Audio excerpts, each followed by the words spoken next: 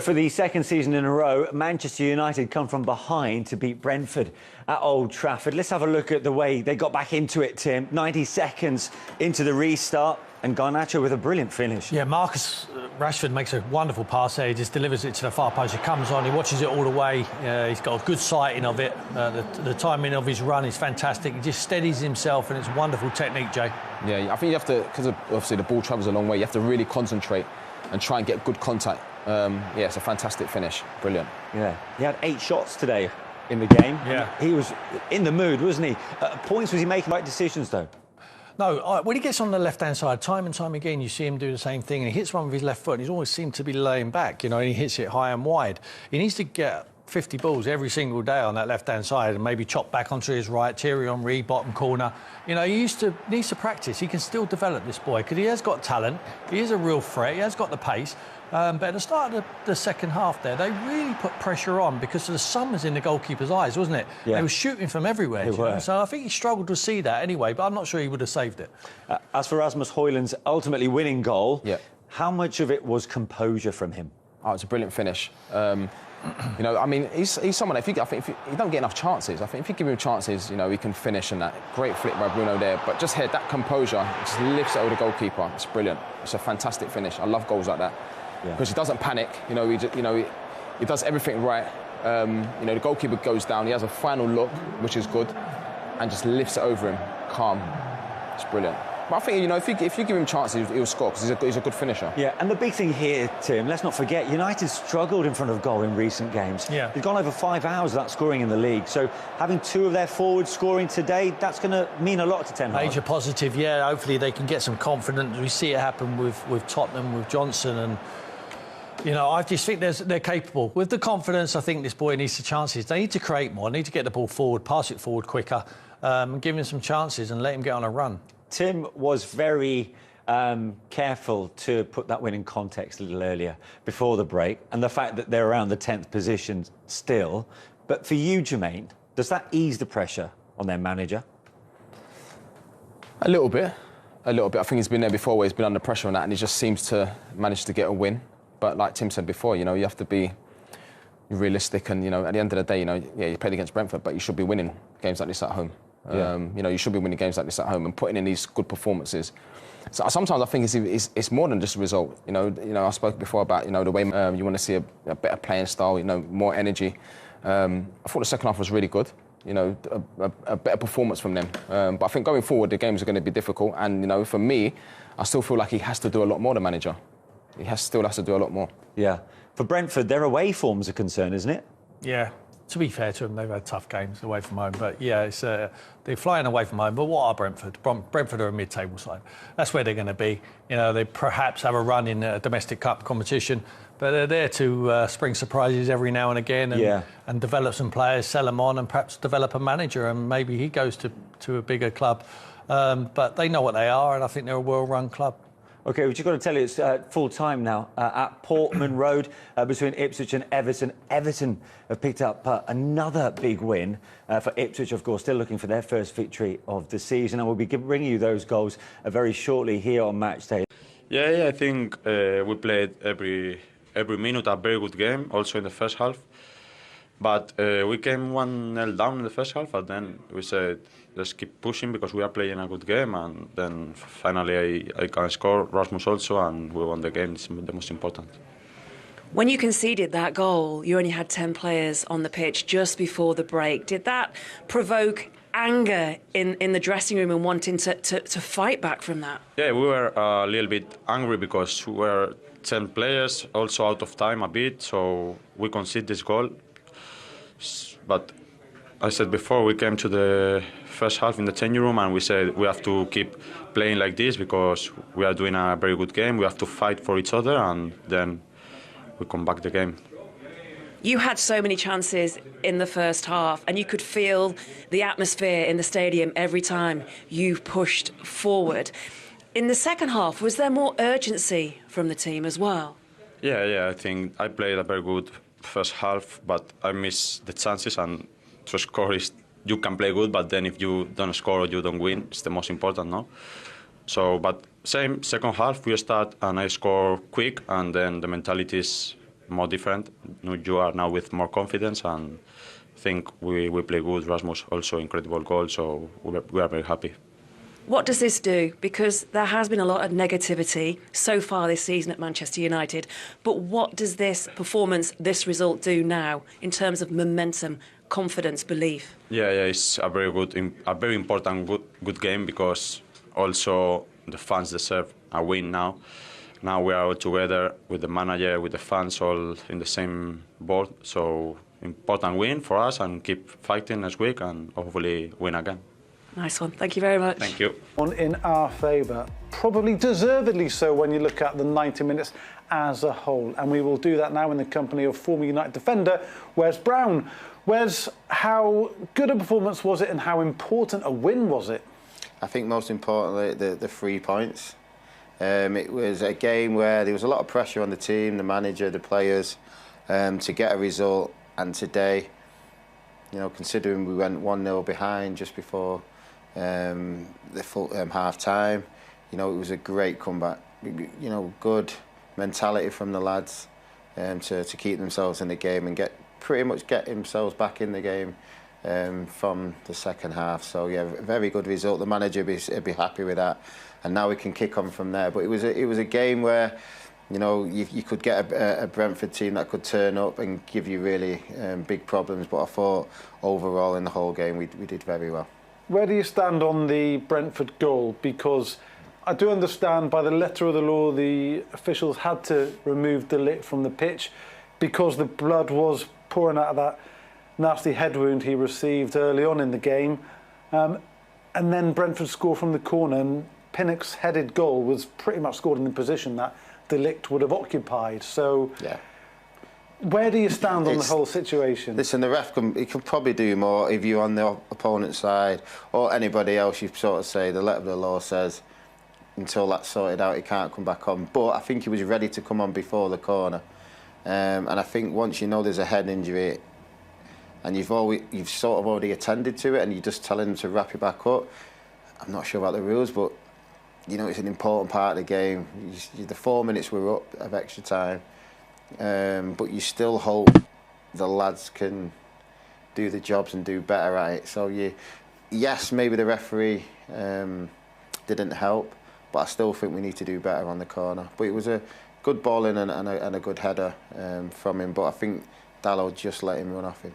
I think that's a fair comment. But they seem to feed off that anger, if you like, in the second half, because it came out so fast. And Garnacho's goal within a couple of minutes of the restart was exactly what we needed, and it was a really nicely taken finish as well. Yeah, Garnacho was man of the match for me. And like you said, that second half we can come out, we can be slow, but we didn't put our heads down. We came out with fire, so you could see again the manager has got them all pumped up for the second half. I'm sure they knew they didn't deserve to be 1-0 down. But from Garnacho getting us that goal, you could see us, you know, really involved in the game now. And it was just probably a matter of time before we got the second. On the win, congratulations on the goal. We've just been talking to Alejandro, who said the worst part of your performance was actually the goal. He thought that you'd done everything else better, and I think that's probably right, isn't it? It was a really brilliant all-round performance for a number 9 today. Yeah, thank you so much, first of all. I think Ghana had a great game too. I think all three of us from the front clicked very well. It was very good to play with Marcus and Rashi and Bruno and all the lads again from the beginning at Old Trafford. I've really missed it. Obviously having an injury in the beginning of the season and now being 100% fit is a very good experience, and I'm just trying to bring everything I can every time I step onto the pitch, especially here. And what I found interesting was really early in the game, one of the two centre halves manages to get in front of you. It was the first time they did it and the last time that they did it. You did not allow that to happen again. What clicked in your brain to think I'm not going to allow that to happen? I think it was just about trying not to fight too much with the defenders. I had a good situation where I spinned him and I thought, you know what, I just kept trying to do that and just focusing on getting the ball down to the feet and just trying to focus on getting the ball into my feet and hold it and then play off from there. And yeah, it worked very well today, and I'm very pleased with the teams and my own performance. Finish is pretty good too, isn't it? Like Thank you. big finish like that. Yeah. The goalkeeper does a great job to sort of cover the spaces, and then I only really see like one opportunity, and it's to go for the chip in the far corner. And yeah, obviously I've done a lot of work to sort of prepare myself to be in these sort of moments, and yeah, it worked out great today. I said there was a tiny little bit of Ruud van Nistelrooy in that finish. No, I don't want to be compared to him, but just a tiny hint. Yeah, if you want to speak about him, yeah, he's learning off to us, and working very close with him is obviously a big step for me. Also, like I can develop a lot, and yeah, he's doing a great job both as manager but also helping the team. Great job from you today. Great job from the team today. Thank you. Congratulations. Thank you. Manchester United 2, Brentford 1. Just like United did just over a year ago at home to Brentford, they came back from a goal down to win it by 2-1. Unlike a year ago when McTominay scored twice in stoppage time, it was a little bit more comfortable this time. But just how comfortable? Mark Donaldson alongside Janusz Mihalik and Luis Miguel Echegaray. Start with you, Janusz. This was a game of two halves. This was United focusing on not losing in the first half and then realising, hey, that's not us at Old Trafford in the second half. What did you make of the game overall? A ray of hope. We haven't been here for a while talking about Manchester United, have we? In particular, praising Manchester United. But this is the time. I thought they were very good. Aside from first 15 minutes, I think the rest of the first half was theirs. We'll talk a little bit later, I suppose, about the goal they conceded just before halftime. But as I've said, this was a team that played with purpose, energy, high pressing, something that Erik ten Hag has been promising us for a long time, and executing with quality, right? I mean, two excellent goals. So look, 2-1 doesn't seem like much for a team that, as we've said, we've criticized for such a long time, and we've been asking for the head of Erik ten Hag. I think this was an excellent win. Okay, Elami, let's talk about the Brentford goal. Ethan Pinnock in first half stoppage time. Now, we have to rewind the tape a little bit because earlier in the first half, Matthias de Ligt hurt himself by heading the knee and giving away a free kick of a Brentford player. So it was a wound that reopened, and when there's blood on the field, with the head wound, he has to go off to get it tended to. So for any Man United fan saying, oh, the referee wouldn't allow him back on, surely this is more on the United medical staff than anybody else, is it not? Because Brentford scored, and whether or not De Ligt would have been marking Pinnock, no one knows. Yeah, that's the rule of the land. Like he needed service, it needed to come off the pitch because there was blood involved, as you mentioned, and the medical team and the coaching team knew exactly what the rules are. And if you want your player on the pitch, well, you got to get them sorted out as fast as possible. And if you don't have that sorted out, because obviously there was a lot of blood to deal with, obviously, you know, that's something that seriously needs to be taken care of. There is a set piece, there is a corner to be defended. So it's the responsibility of everybody else on the pitch to make sure that everybody's protected and marked. And that did not happen. And that's how Brentford got that goal. There was an opening within that situation. And obviously Brentford took advantage. There is nobody to blame here but Man United in that situation to make sure that it got taken care of. And also, when you defend the corner, you just have to make sure that the most dangerous opponents in the air are taken care of, and that didn't happen. You're sitting there chuckling, Mr. Mihalik. Well, you know, I was just thinking that again, a lot of things haven't been working at United on and off the pitch. Apparently, stitches don't work either. But you know, you can't blame the officials. But you know, as you said, but you know who you can blame? You can blame Dalot for initially letting him go, and even more so after that, Casemiro, because he was the free man right there. Didn't win the header. Didn't, you know? I think he saw him coming because I saw him look over the shoulder. So you know, that's what happens there. And you know. You guys are absolutely right. I think it was a silly goal to concede because at that time, you know, 15, 20 minutes ahead of that, that's when United started cooking. So we're in a situation now that at halftime, it's the post-mortem. It's the Ten Hag's got to go. losing at home to Brentford. This can't continue. And then 45 minutes later, it's Janusz Mihalik, Luis Miguel Echegaray saying, okay, hey, praise where praise is due. They got the reaction. We can't keep being like this, where goals are just the wallpaper over a number of cracks. But do you think it was as simple as this, Janusz, that he's gone in at halftime and said, hey, come on, this is not who you are. This is not who we are. Let's see a reaction. Or do you think he's a wee bit more stern and strict? Because he got a reaction within a couple of minutes through Garnacho. So what do you think was happening at halftime? Was it a rant to end all rants, or was it a... No, because I really like what United were doing. Again, the first 15 minutes, clearly, you know, I was making notes, you know, Ten Hag is gone. I'm sure many have been as well. Because, you know, I mean, Old Trafford has been, you know, a pretty good welcoming center for everybody for the most part. But I think they started playing, say, 15th, 20th minute for the rest of it. I think if you're Ten Hag says, listen, I like a lot what I saw. We can't concede on a set piece just before halftime. That's obvious. But I think if I were him, I wouldn't concentrate on the negative. I don't think he did. I'm just guessing, obviously, here.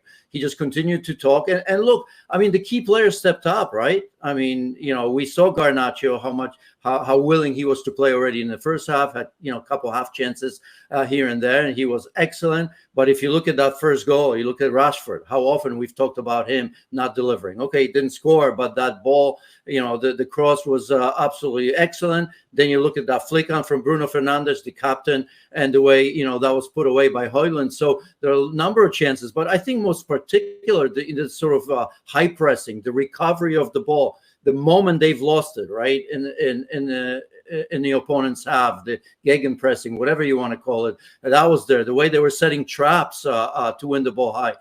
So my guess would have been that Ten Hag liked what he saw for 20, 25 minutes in the first half.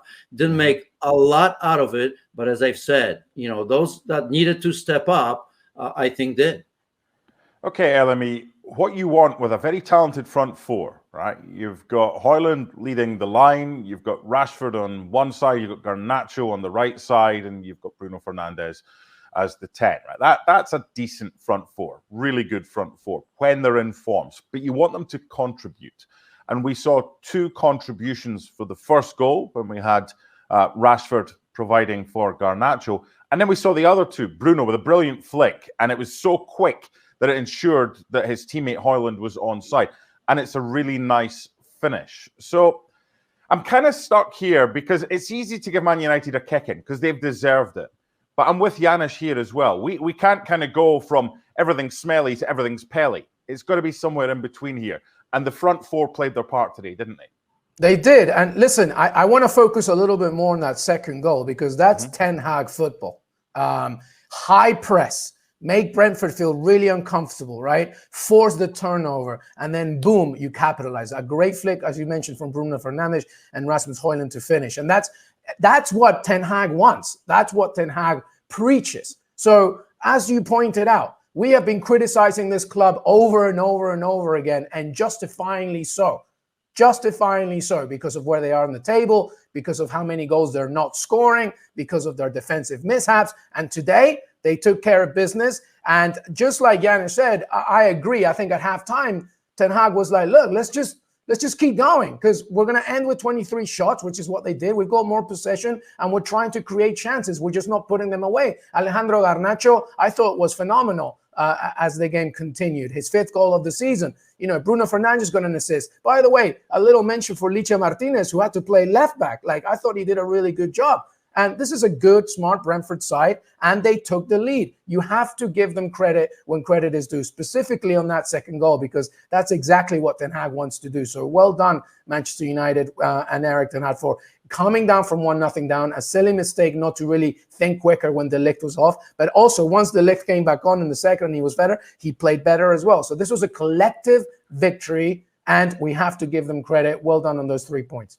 It feels like, Janusz, we're on this kind of precipice with Manchester United, and you make the wrong turn and that's the end. You make the right turn, sliding doors moment, and that's it. Okay, the patience was rewarded. We really seem to be right there. Their next 2 games in the Premier League are away at West Ham, who just concede every single week, and home to Leicester City. So you've got to make hay while the sun shines for United. That has to be 6 points plus the game against Fenerbahce in midweek. Well, not just. That's why I said the ray of hope, because you need to confirm that, right? This is Manchester United. I don't think anybody's going to get excited after some of that negativity about winning at home at Old Trafford against Brentford, right? I mean, it's Old Trafford. So, the Fenerbahce game, hey, I think Jose Mourinho is waiting for that, right? And even though it's not a Premier League, obviously momentum is important. So first things first, as you said, against West Ham away, West Ham not only losing big today, but losing Mo Kudus, who's by far the best player, or at least it has been this season. So let's just wait and see. But you got to start somewhere. So this was impressive. This wasn't a fluke. This was well constructed, as we've been saying, and you just mentioned LME.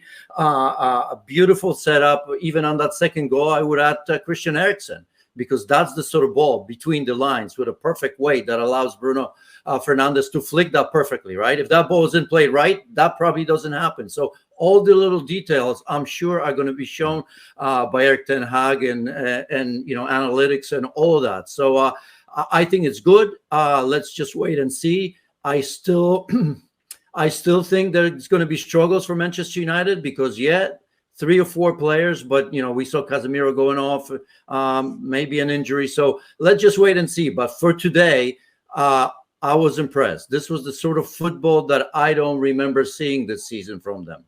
And very quick, MD, just like this, the rest of this month in the Premier League, Leicester City, Ipswich Town, Everton, Manchester United, you mentioned West Ham. Manchester United have to take advantage of that. They have to do it because we can't go back 3 steps back if we're taking one step forward. They have to take care of November because those are winnable matches, no excuses.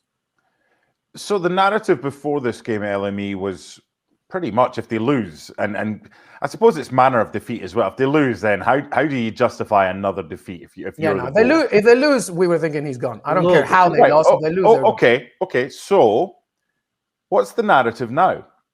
The narrative now is what we just said, which is like, this is a good step forward, a victory. Everybody played their part. Now show consistency, regardless of what you do in Europe, because yes, you want to do well in Europe. As Janusz mentioned, obviously the Jose Mourinho narrative is going to be important. But in the Premier League, now that you're playing with teams that are bottom of the table, lower to mid-table, you have to now take care of business. There is no excuses. If you can do this against a smart team by Thomas Frank and rectify yourself in the second half and play well overall, if you're playing Leicester City, Everton, Ipswich, you have to win and you have to play well. Because what's going to happen if we come back to a Leicester City and it's a last-minute gasp of an equalizer, or they lose 1-0. We're back to square one saying, what is happening? There has to be hence the question. Yeah, hence the question. Because, Janusz, Man United fans don't want to be in this position. They want a winning team. They don't want to be one bad performance or one bad defeat away from potentially Erik ten Hag being one game away again from the sack. So it's hard today. Right. What do you think? And here you mentioned, and that's what I take out of this. And I don't know what's going to happen in the end, but what I got out of this game, the biggest thing, right, for me is the question wasn't if Erik ten Hag is a good coach. The question for me was, is Erik ten Hag the right coach for Manchester United? My answer to that has always been up until this point, no. I don't know if I'm convinced, but I saw today just a little bit of that, that what was promised. So that one little detail may be the most important thing to quiet the narrative, at least for just a little bit, right? And where that's going to go, as we mentioned, we're going to have to wait and see. It's not going to convince me that Erik ten Hag is the right one just yet, just because they've won it today 2-1 after losing, 1-0. I think they've gone 7 straight halves without scoring a goal in the first half or something like that. So today, at the very least, we saw what Erik ten Hag has been telling us he wants from Manchester United. That's the biggest detail I get out of this game. I mentioned that Leicester game. Of course, that's League Cup. Fenerbahce is in Europe. They've got Chelsea coming up as well. For now, for Manchester United, there's no point in looking ahead too far. It's about the next game. And for us, as members of the media, broadcasters and journalists, we don't like it when managers say, oh, I'm going to take one game at a time. It's not good copy. But for United, that's exactly what they have to do right now. Get points on the board, get a reaction to conceding the opening goal against Brentford, and just get that winning mentality back. United got it back today, and they win this one by 2-1 against Brentford at Old Trafford. Bye. Erik ten Hag, Manchester United boss, says pressure is always there despite comeback win over Brentford. Manchester United battled back from a goal down at half-time to beat Brentford 2-1 at Old Trafford on Saturday. Ethan Pinnock's header gave the Bees the lead, but Alejandro Garnacho and Rasmus Højlund scored after the break to help their side secure a victory. However, Erik ten Hag insists the win has done little to relieve the pressure at Old Trafford despite the team ending their winless run. Erik ten Hag admitted he was still feeling the pressure despite Manchester United's 2-1 victory against Brentford at Old Trafford. Ethan Pinnock gave Brentford a 1-0 lead with a controversial header while Dutch defender Matthijs de Ligt received treatment for an injury. However, the Red Devils battled back with goals from Alejandro Garnacho and Rasmus Højlund to secure their third Premier League win of the season. Ten Hag has come in for criticism after a difficult start to the season for United, and the Dutchman believes the win will do little to relieve the pressure. The pressure is always there, we have to win every game, he said. We felt some injustice and we used this as fuel for the second half. I really enjoyed today, the performance in the first half, but especially the second half. Every game we win is important, and I think again, in this team, we have seen a togetherness and a fighting spirit. Today we had some determination to score goals, and this is what I think we need. We started showing we play good football, we were playing in the right spots, we do not score enough and we are not clinical enough, but today we scored 2 brilliant goals, so we are pleased with it. The 2 goals we scored were of a high quality, and we are seeing this team has the capacity to score very good goals. When you score and you win, you add some belief and some confidence. That is what we needed, because at the start of the season, we had some good performances. We created enough chances, but we did not score enough, and then you don't win games, and everyone is negative and disappointed. It can help us, but it is only one win, and we have to build on this. The result sees United leapfrog Brentford in the Premier League table. Ten Hag praise for Rashford. Marcus Rashford set up Garnacho's equaliser, and Ten Hag believes the England international has the efficiency in front of goal to help United challenge for trophies this season. I think we all know he is capable of a lot, he added. When he has this attitude, he will score, as he did for instance in Porto. He can also get assists like he did in Porto and like he did today, but it starts always with fighting spirit and 100 intensity. When we bring that, not only Marcus, do not focus too much on Marcus, but when we bring all this on the pitch, I think we have a team that can progress. We can progress and be a good team who can play for trophies in this season. Erik ten Hag was furious about the nature of Brentford's goal after his Manchester United side fought back to beat the Bees 2-1 on Saturday. Erik ten Hag says Manchester United used Brentford's unfair opener as fuel after they fought back for a vital 2-1 Premier League victory at Old Trafford.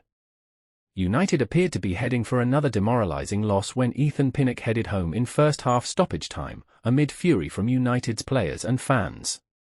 The Red Devils were forced to defend the corner with 10 men as defender Matthijs de Ligt was ordered off the pitch for treatment after bleeding from his head, the result of an earlier collision with Kevin Shade.